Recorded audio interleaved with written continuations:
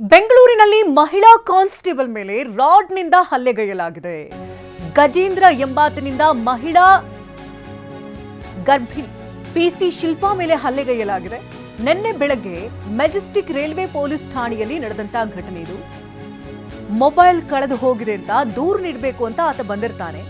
ಠಾಣೆಯಲ್ಲಿ ಯಾರೂ ಇಲ್ಲ, ಬೆಳಗ್ಗೆ ಬಂದ ದೂರನ್ನ ಕೊಡಿ ಅಂತ ಶಿಲ್ಪಾ ಹೇಳಿರ್ತಾರೆ. ವಾಪಸ್ ಹೋಗಿ ಮತ್ತೆ ಪೊಲೀಸ್ ಠಾಣೆಗೆ ಬರ್ತಾನೆ ಆರೋಪಿ ಗಜೇಂದ್ರ.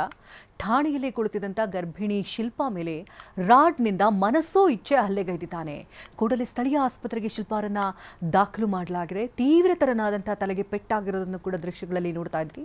ಸದ್ಯ ಚೆನ್ನೈ ಮೂಲದ ಗಜೇಂದ್ರನನ್ನ ರೈಲ್ವೆ ಪೊಲೀಸರೀಗ ಬಂಧನಕ್ಕೆ ಒಳಪಡಿಸಿದ್ದಾರೆ. ಮೊಬೈಲ್ ಕಳೆದೋಗಿದೆ ಅಂತ ಸ್ಟೇಷನ್ಗೆ ತೆರಳುತ್ತಾನೆ. ಸ್ಟೇಷನ್ನಲ್ಲಿ ಯಾರೂ ಇಲ್ಲದ್ರಿಂದಾಗಿ ಪಿಸಿ ಶಿಲ್ಪಾ ಬೆಳಗ್ಗೆ ಬನ್ನಿ ಅಂತ ಹೇಳಿದಕ್ಕೆ ಸಿಟ್ಟಾದಂಥ ಆರೋಪಿ ಈ ರೀತಿ ಕೃತ್ಯವೆಸಗಿದ್ದಾನೆ. ಇನ್ನು ಶಿಲ್ಪಾ ಸಹೋದರ ಮಾತನಾಡಿದ್ದಾರೆ, ಏನು ಹೇಳಿದ್ದಾರೆ ಕೇಳೋಣ. 26/8/2026 ಬೆಳಗ್ಗೆ 4 ಗಂಟೆಗೆ ಒಬ್ಬ ಅಪರಿಚಿತವಾದ 3ನೇ ವ್ಯಕ್ತಿಯು ಬಂದು ನನ್ನ ಮೊಬೈಲ್ ಕಳೆದೋಗಿದೆ, ನನಗೆ ಹುಡುಕಿ ಕೊಡಿ ಎಂದು ಸುಳ್ಳು ಆಪಾದನೆಯನ್ನು ಮಾಡಿರುತ್ತಾರೆ. ಆದ ಕಾರಣ ನಮ್ಮ ತಂಗಿಯಾದ ಶಿಲ್ಪಳು ಕರ್ತವ್ಯದಲ್ಲಿದ್ದು ಅವರು ನಾನು ಒಬ್ಬಳೇ ಇದ್ದೇನೆ, ಮೇಲಧಿಕಾರಿಗಳು ಯಾರೂ ಇಲ್ಲ, ಒಂದು 10 ನಿಮಿಷ ಬಿಟ್ಟು ಬನ್ನಿ ಎಂದು ತಿಳಿಸಿರುತ್ತಾಳೆ. ಆದ ಕಾರಣ ಅವನು ಹಿಂದಿಯವನು ಹೋಗಿರುತ್ತಾನೆ.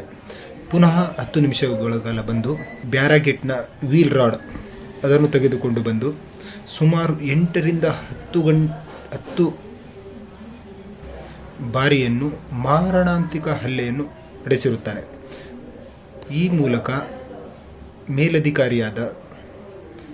ಮೇಲಧಿಕಾರಿಗಳು ತಕ್ಷಣದಲ್ಲಿ ಮಹಿಳಾ ಸಿಬ್ಬಂದಿಯೊಬ್ಬರು ಬಂದು ನಮ್ಮ ತಂಗಿಯನ್ನು ತುರ್ತು ಚಿಕಿತ್ಸೆಗೆಂದು ಕರೆದೊಯ್ಯುತ್ತಾರೆ.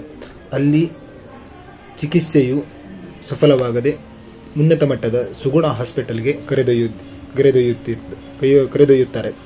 26